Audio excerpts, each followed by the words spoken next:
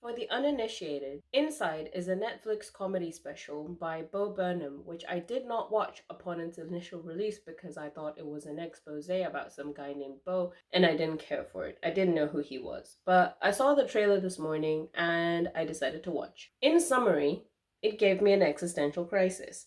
Some key moments were the part where Bo was reacting to himself, reacting to himself, reacting to himself, reacting to himself in a video, in parody of reaction videos on YouTube. And it reminded me much of the YouTube video editing process, which I'm most likely going through now. It's a very strange experience watching yourself, although it's not exclusive to content creators. I mean, if you've ever posted anything on Instagram or a Facebook profile picture or whatever, you've done it too. You've done the whole look at it, look at other people looking at it while the likes are coming in sort of thing. A second point was in the song That Funny Feeling, where Bo essentially says that real life is fake and we live in social media. This particular song hit home because it instantly reminded me of a few weeks ago when I was thinking about how I would celebrate finishing uni, and my first thought wasn't how proud I would be of myself or all the hard work I've put in over the past 3 years. I immediately already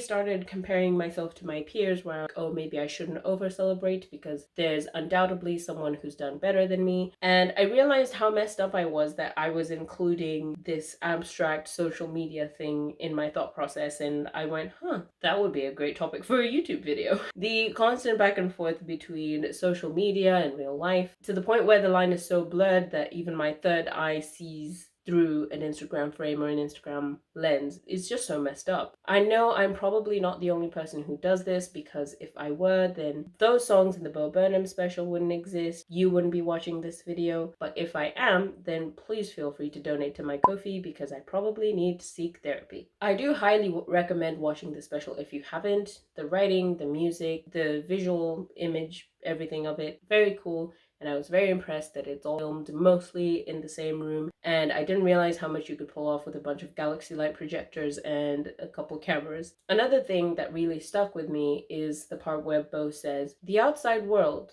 the non-digital world, is merely a theatrical space in which one stages and records content for the much more real, much more vital digital space. One should only engage with it as one engages with a coal mine. Suit up, gather what is needed, and return to the surface." This part brought me back to my little internal conflict about the whole graduation post, where I realized that there's a lot of things that I'm probably performing on social media that I have thought about, have mentioned on this video, have talked about, but I haven't confronted to as much as watching that part of the Netflix special pushed me to, even in the span of a day. A big part of Inside, I think, is about realizing how much more this has, anyone already existent insecurities, mental illness, and bad relationship with social media has been exacerbated by the panoramic, when we haven't even been able to fully escape social media because it's been the main means of engaging with others. So social media is addictive.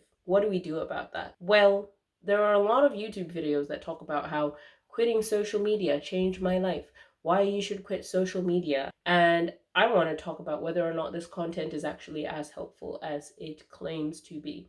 These videos usually start with a creator telling us how long they've been off social media, why they left, and the lifestyle benefits that they've gotten from that. I'm all for people making positive changes for their lives or making them feel better, feel healthier, but these videos and some of the comments feel a lot like people just patting themselves on the back. And being proud of yourself is good, but there is a degree of condescension in there as well. It's also interesting to me how the phrasing of "I quit social media" or "my life without social media" still centers social media, as if social media is the center of operation, or, to take back Burnham's metaphor, the surface, and these select few very special people have chosen to hide away in the coal mine.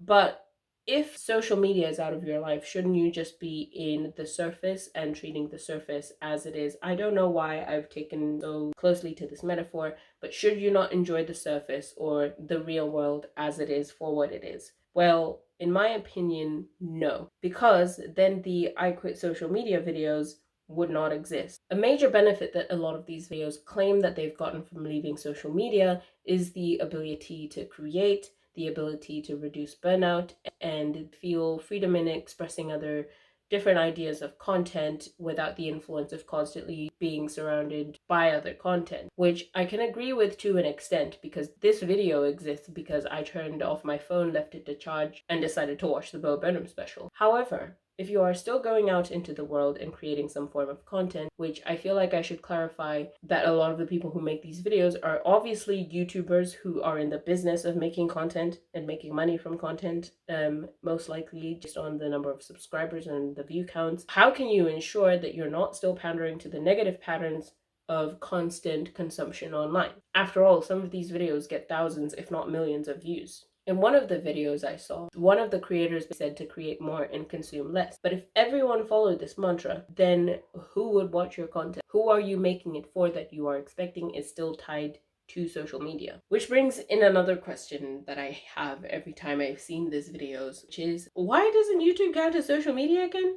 Because parasocial relationships are still built here, expectations of a video-worthy room, a vlog-worthy life, algorithmic expectations of likes, subscriber counts, and view time, and all this stuff. Yet the I Quit Social Media bubble just does not acknowledge YouTube as social media, like at all. Like, YouTube can just be as addictive, if not more, as Instagram, as Facebook, as whatever, and their content could be a contributor. I don't know, it just feels like a little critical. Another thing I don't think is discussed with enough nuance is, why do people turn to social media to connect in the first place?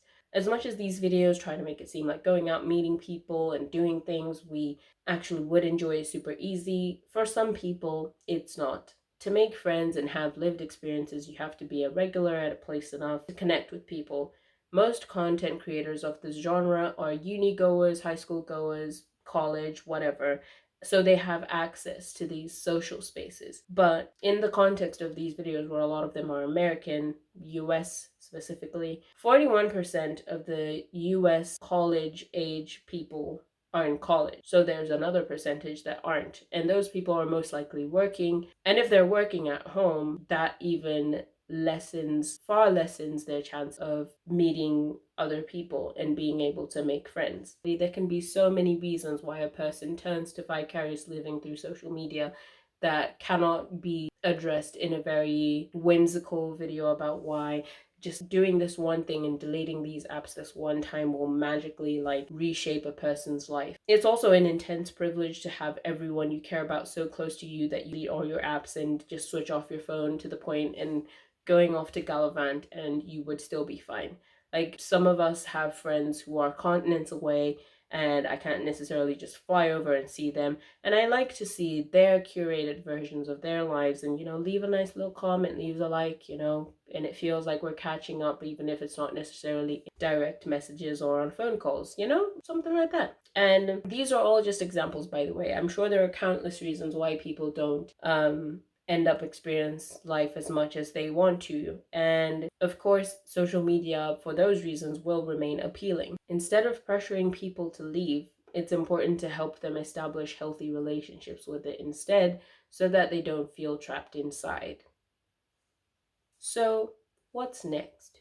My opinion is moderation is key. Unfollow the big influencer accounts, unfollow people you genuinely do not like, genuinely have not spoken to in years and do not wish to speak to. Learn to post whatever you want, whenever you want, and being aware and taking note of marketing and maybe when it's getting a little bit too in your head and that sort of thing. Because a lot of the reasons we don't like social media, some of them are deeper issues within ourselves, which, while leaving socials may help, might not disappear as instantly as the quitting social media videos may promise. These things can still rear their heads in the non-virtual world. So quitting social media may help, but it's not a catch-all solution. And I just wish these videos would go into that nuance instead of acting as though they're above. But the Inside special was really, I think, a very good articulation of some of the toxicity of social media and the general deterioration of people's mental health, some which I can also relate to, and that's what sent me down this huge rant and the rabbit hole of remembering about all the videos and stuff like that. I hope it makes sense. I would assume it does, because then you wouldn't still be here watching this. But as usual, let me know what you guys think in the comments, leave a like, subscribe, do all the things, and I will see you next time.